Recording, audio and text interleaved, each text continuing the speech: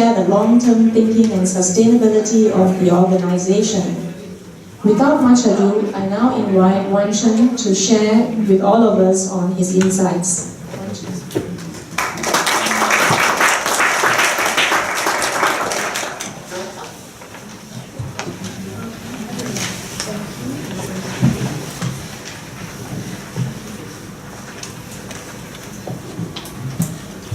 Just bear with us as we load the video.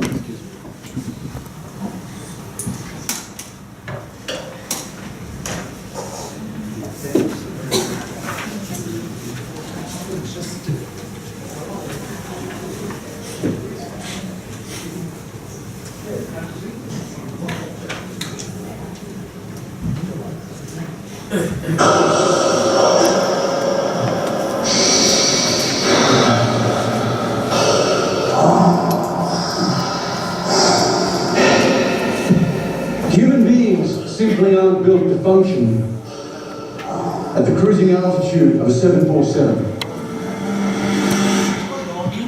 Everest is without doubt the most dangerous place on Earth.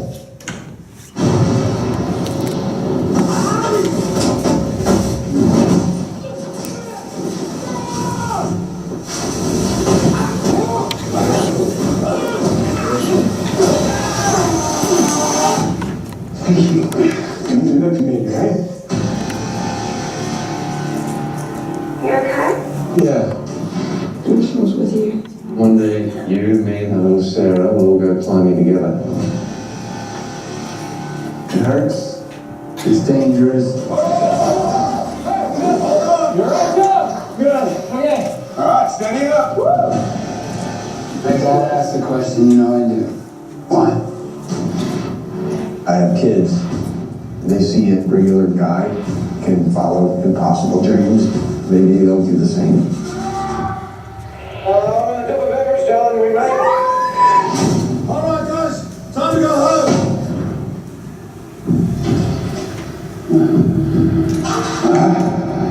Looking good, man. Looking good.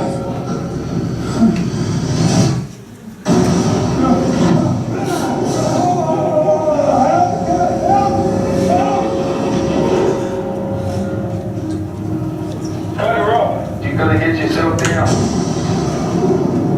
There is a massive storm headed your way.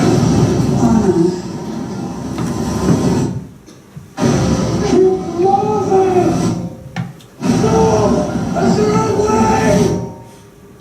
Come, let's go!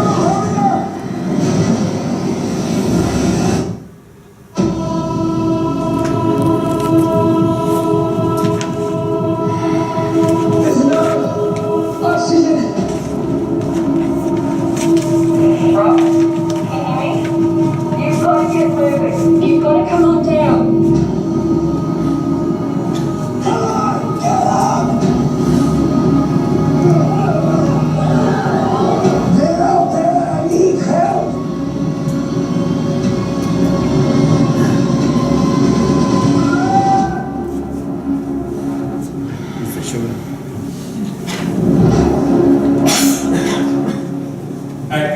Good afternoon, everybody.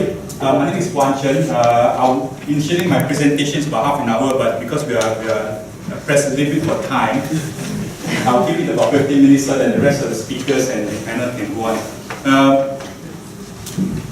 The movie clip that you just saw comes from the movie Everest. It's based on a true story of a bunch of people who were climbing up Mount Everest.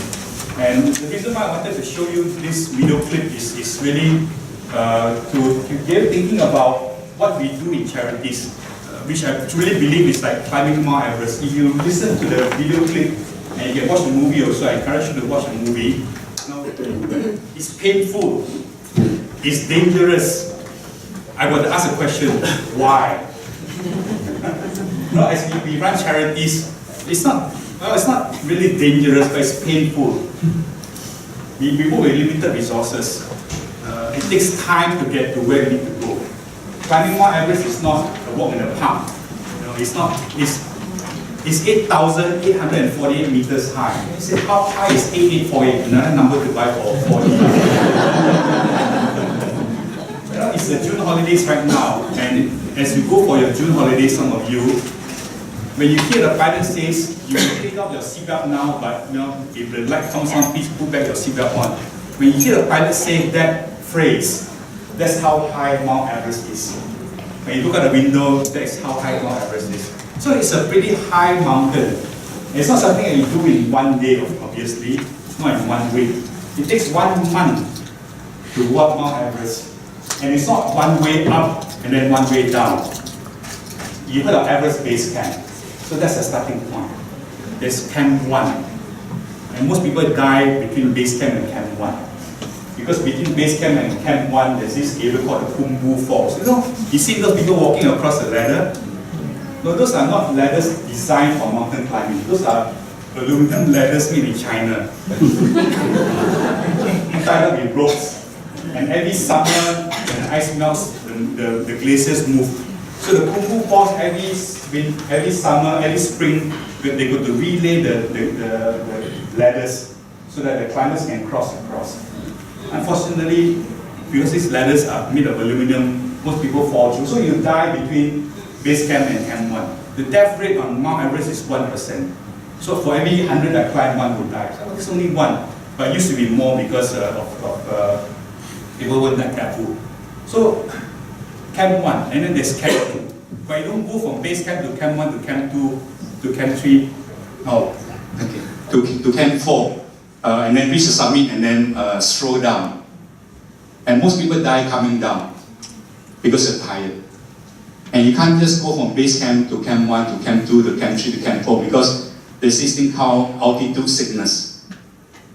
Swelling of the brains because there's water in there, or swelling of the lungs because there's water in there. So either one, you can still perish from it. So what it means is that from Base Camp, you go to Camp 1, and when, like I say, most people die between Base Camp and Camp 1.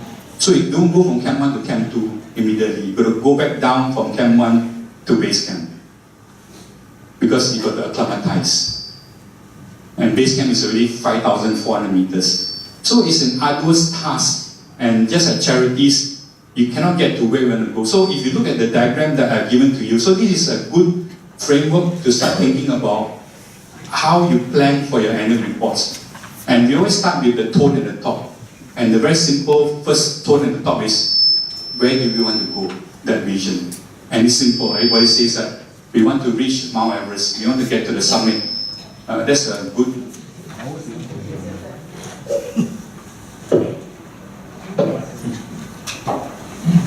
And that's a good vision to be at the summit of Mount Everest. So that's a good starting point. And if you look at the right-hand side of the diagram, the second column, the second column is called mission. What do we do? So if we want to reach the peak of Mount Everest, what do? We climb. And the third area that if you look at the tone at the top, it talks about purpose. So Dr. An talked about purpose. So why do we do what we do? And why do we want to reach the peak of Mount Everest, your summit? So what is your summit with regards to your organization? Oops. Maybe I missed this.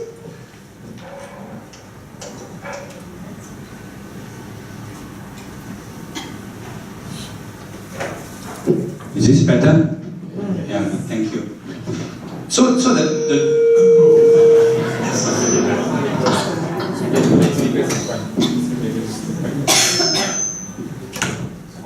So if you look at the diagram,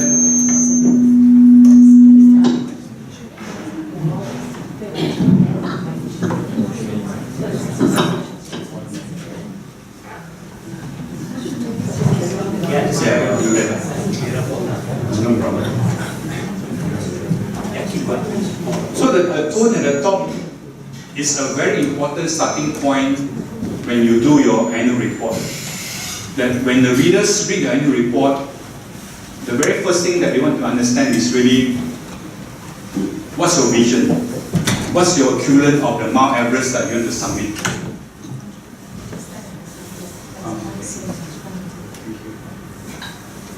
So what is that vision that you have in place for your organization? What is your equivalent of Mount Everest? What's your mission? What is it that you do? Are you helping people to climb? Are you the Sherpa, for example, or are you the climber? Or are you the support team at base camp, for example? So there are many ways to achieve the summit, and not necessarily being a climber in itself. And that's very important, that the mission statement has that clarity in your organization. And the third part about the tone at the top, that's the most difficult part, is the question of why do you do what you do? It's difficult, it's dangerous. The question asked is, why do you want to do it? And once you set that tone, then a lot of things sort of fall into place with regards to the other areas within the annual report. If you look at the second layer of the diagram that you see in front of you, the second layer is really how do you create value. It's one thing to say that you want to reach the summit of Mount Everest, but how do you get there? And the first part of the diagram in the second layer is the input. It costs $50,000 to risk your life on Mount Everest. It's not a cheap climb. So people want to climb Mount Everest, not only are they willing to risk their life, but they have to risk their pockets also. You know, last week, the month of the month of May actually is an important month in climbing Mount Everest, because it's a very short window in the year that you can climb Mount Everest. Too early in the year is too cold. Too late in the year is too dangerous because the ice melts and then you fall through the crevasses. So the month of May effectively is only a month left. And 2 weeks ago, there was this climber from China, 69 years old, no legs. It's his 5th attempt to climb Mount Everest, and he made it, thankfully. But 40 years ago, when he was 29, in his first climb, he lost both his legs to frostbite. So not only is it dangerous that you die never mind, you lose both your legs. So he climbed Mount Everest just using prosthetics, 2 sticks as legs, and 8,848 meters he made it. So the input is not just $50,000 in terms of the resources that you need to climb Mount Everest, but what are the factors that are in your way? What are the factors that you should consider before you climb Mount Everest? And this is one thing that a lot of organizations don't do well in, is that they don't share what are the challenges that they have before they start climbing Mount Everest. So what is your summit? What are the challenges in front of you? What are the special factors? And some of the reflections, like how could you have done better? So this Chinese climber is tried 5 times. First time lost both his legs. Second and third time and fourth time he couldn't climb because of avalanche, of earthquakes. And 5th time he finally made it. But members of the public, your donors, the stakeholders do not necessarily understand what are the challenges that are in your way before you climb your Mount Everest. So it's good to state what are your inputs. The center part of that second layer talks about your strategic objectives. What are your programs that you are put into place to get where you're going to go? So it's one thing to say that you're going to achieve Mount Everest, but if you don't have the right program, you won't get there. And it takes at least a couple of years to train for Mount Everest, a long time. So you need to start climbing peaks which are 4,000 meters, start climbing peaks which are 5,000 meters, start touching 6,000 meters, then 7,000 meters, then try 8,000 meters before you climb Mount Everest. And there are only 14 mountains in the world that's above 8,000 meters, so there are not many choices. But it is that program of climbing that gives people the confidence that you can make it, or at least have a chance of making it. So I've done 4,000 meters, I've done 5,000 meters, I've done 6,000 meters. So this year I'm trying at 7,000 meter, and next year 8,000 meter, and then 2020 will be Mount Everest. So I've not been up there yet. But it's a dream. I may not get there, I may not get there, but at least that vision is there to want to achieve Mount Everest. But I'm very clear in my mind that getting there is not just about vision, not about mission, not about just why. And sometimes I don't understand why I'm going to do it. but really, the second layer, what are the things that when rubber hits the road that helps you to get where you're going to go? So the inputs, the special factors, the reflections, the failures, these are important part of being honest, being transparent with the stakeholders. And what are the strategic objectives, and what are the conditions? So earthquakes, avalanches, economic conditions, these are the things that affect where you're going to go in terms of achieving your summit. And finally, we talk about the outputs. Reaching the summit is just an output. More importantly, what's the outcome? What's the consequence of what you have achieved? And for who? Who are your stakeholders that you want to climb for? Who are your stakeholders that you want to plan for that for? And does it meet their purpose? Does your purpose meet their purpose? And if you look at the bottom part of the diagram on the right hand side, have you made a difference? So this diagram is not only from the left to the right, you start to see that it's also from top to the bottom, setting the tone at the top, but also at the bottom part, it's bottom up. If you look at the bottom right hand corner, it talks about have you made a difference? So you start to see the dots joining up. And then at the next layer after that, you talk about the values. And this is one very important part of mountain climbing, when to turn around. Now, the mountains will always be there, but if you don't make it, you won't be there next day to climb the mountain. And in mountain climbing, we have this term called turn around. Turn around. When you are just 100 meters from the summit, you may think that, oh, it's only 100 meters, let's go for it. But that 100 meters and 8,000 meters can take you 3 hours. Just 100 meters. So, are you willing to die for it? And most climbers will say, no, not really, because I'm going to climb again. So, as charities, as organizations, not every day is a Sunday. Sometimes programs don't work out. So, where do you turn around? How do you then reflect on some of these failures and then share this with your stakeholders? And I think failure stories are great stories to tell. Just like the mountain climber, the Chinese climber climbed 5 times, so he failed 4 times. But at the same time, if you don't know where to turn around, then this can be dangerous. So last week, a Japanese climber, 39 years old, he climbed 8 times. That was his 8th attempt last week. In his 7th attempt, he lost 9 fingers to frostbite. And in the 8th attempt, he died. He died in his tent, probably to altitude sickness or some other problem. But if you don't know when to turn around, it's dangerous, it's fatal.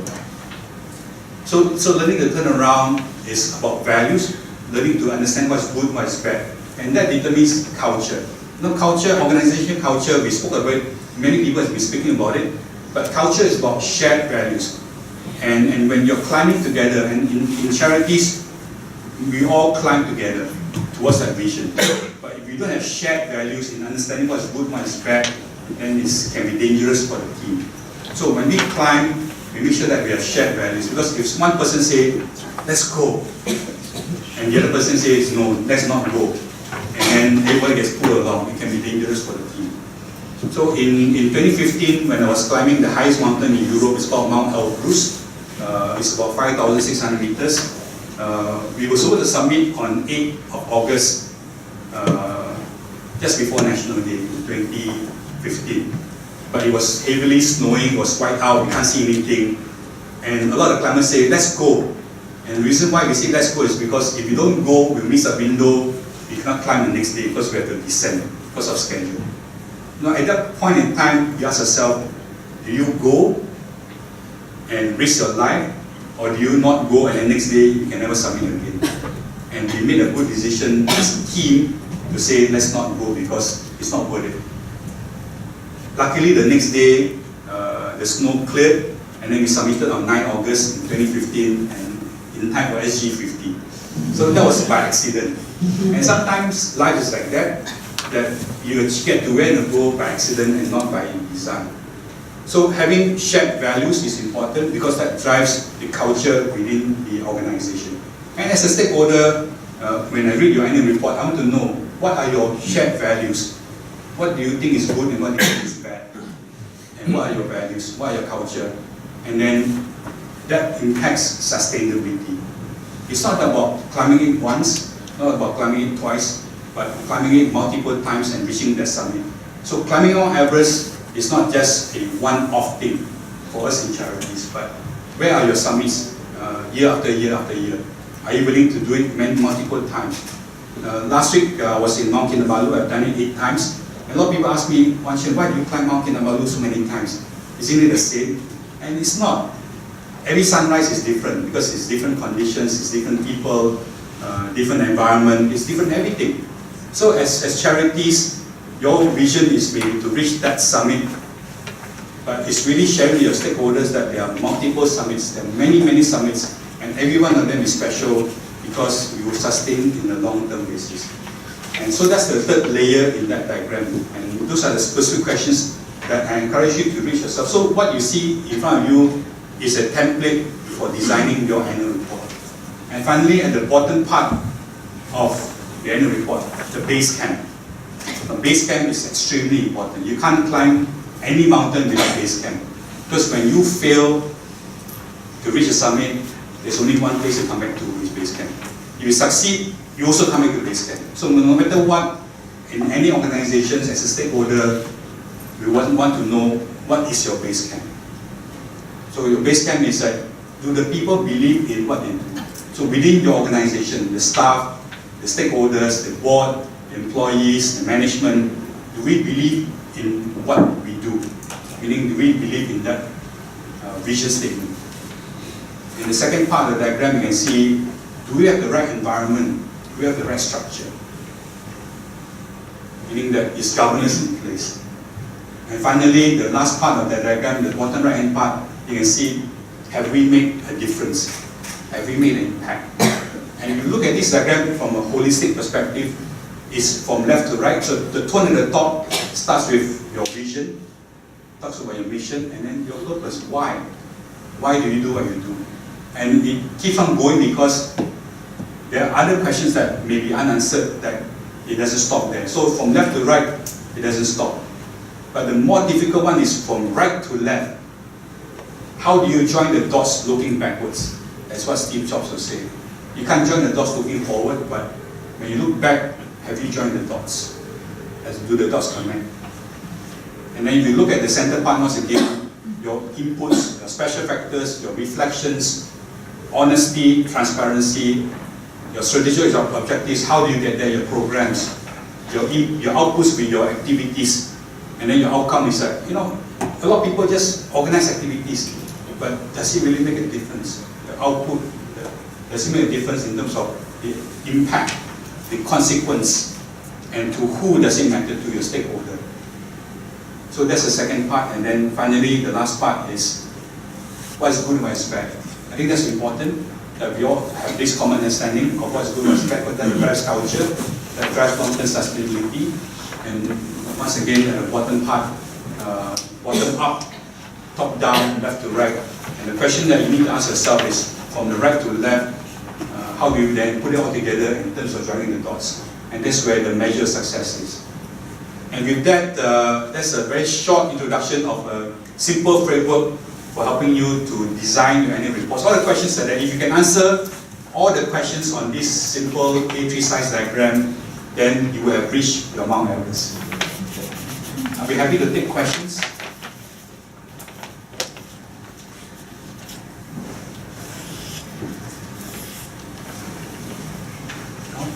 Any climbers in this room? No, I'm not a climber. But as with most matrices, what are we actually supposed to do with this? Go left to right or go top to bottom or? Just your call. So if you look at this diagram, it took me 2 years to develop this simple diagram. Most simple things are difficult to develop. But you see, top down, bottom up, left to right, right to left, diagonally across, that's your call.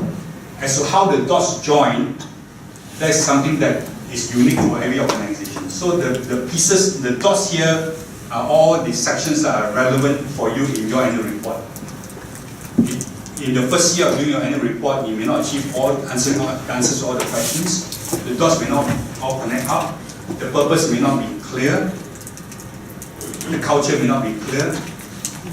But the pieces are there. So you don't have to force yourself by joining all the dots in a certain pre-configured way. Just like climbing Mount Everest. There are many ways to climb Mount Everest. You can go by the Nepal side, you can go by the Tibet side, you can go up just to base camp first. So there are many ways to get up to Mount Everest. And different mountains, there are many paths out of mountain. always.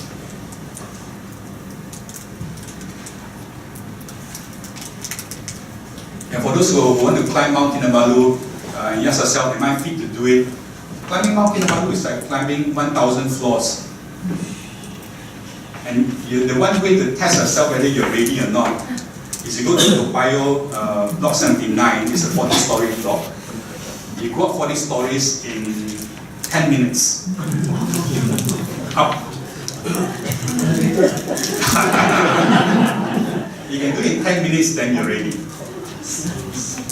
And then, if you can do it 10 times in a row, with 1 minute rest in between, 10 minutes each, then you're more than ready. You climb Kinabalu. And Kinabalu is only half the height of Mount Everest. So you see all these numbers and statistics and mountain climbing, there's a science to it. But at the end of the day, it is the art that matters as well. And the art is really the way that you paint your picture, the brush strokes, I mean from top to bottom, from bottom to up, from left to right, from right to left. It takes time. This is how Da Vinci painted the Mona Lisa. You know, he had the Mona Lisa next to his deathbed. He refused to let it go because he was still painting it even up to the last moments. If you don't know passion, hope you enjoy using. I can understand how culture, the people believe in what they do, and things like these intangibles would be important to a donor or a stakeholder because that tells them how well you will do the job. How do you convey that in an annual report? Very good question, Nancy. You know, in the UK, their Code of Corporate Governance makes it mandatory for all listed companies to disclose corporate culture. And not only disclose, but then it states very clearly that the board is responsible for reporting on the culture of the organization and state what are the initiatives in place to make sure that the good culture to achieve its strategic objectives, almost word for word. So, and that's that difficult question. A lot of us are asking, so what does culture look like? And culture looks like what it looks like, which means that you got to decide what the culture is. And it's not just one block by itself, but culture needs to fit in before the rest. So culture is about vision, culture is about values, culture is about your purpose, culture is about your structure, your environment, about sustainability, culture is about your inputs, your outputs, your outcomes, how you engage your stakeholders. So all those will bring you to this thing called culture. So you look at the definition of culture: shared values, shared beliefs, shared objectives. So you bring it from everywhere. And if you look at this diagram, you notice that the risk is not in there. So there's no box called risk management. And the reason being is that risk is everywhere. You know, it's like the air that you breathe. There's no box that is called risk. It's dangerous to think that you can box up risk. You can't. Risk is loose and free, and you creep up as and when. That's why people ask me, Uantchern, will it rain on the mountain? See, that's the wrong question to ask. The question to ask is that when will it rain? Not really rain or not. It will rain. It's just when. Because mountains have their own environment. So let's say to answer your question, that what is culture? Culture is how the dots join up within this diagram, and how you treat each of those boxes, and that will give you a flavor of who you are. And if some of the boxes are missing, then your culture is not complete, because you have not considered a lot of these things as part of culture. So as a board member, I would ask myself, culture is a factor of all these elements. Do we have these elements? If we don't, how does it affect this thing called culture? Now, culture, some people call it the black elephant in the room. You ever heard of the term elephant in the room? Something that you know is there, but people avoid it. But a black elephant in the room is something that is dangerous. You know it's there, and some things can go very wrong, you don't deal with it. So culture is akin to a black elephant in the room. And you heard of the term called black swan. So black swan is used in risk management. The black swan is something that's unpredictable, but when it happens, it has heavy consequences, both positive and negative. Like Facebook is a black swan. The Sydney Opera House is a black swan. 9/11 is a black swan. So black swans are good and bad. but black elephants are generally not good. So black swans, black elephants, these are some of these creatures that we need to be careful. They are running around in this diagram here. Not in one specific place, but they're everywhere. Hope that answers your question, Nancy. So with that, I thank you for your time, and I leave it now to Wendy to take us to the next session. Thank you.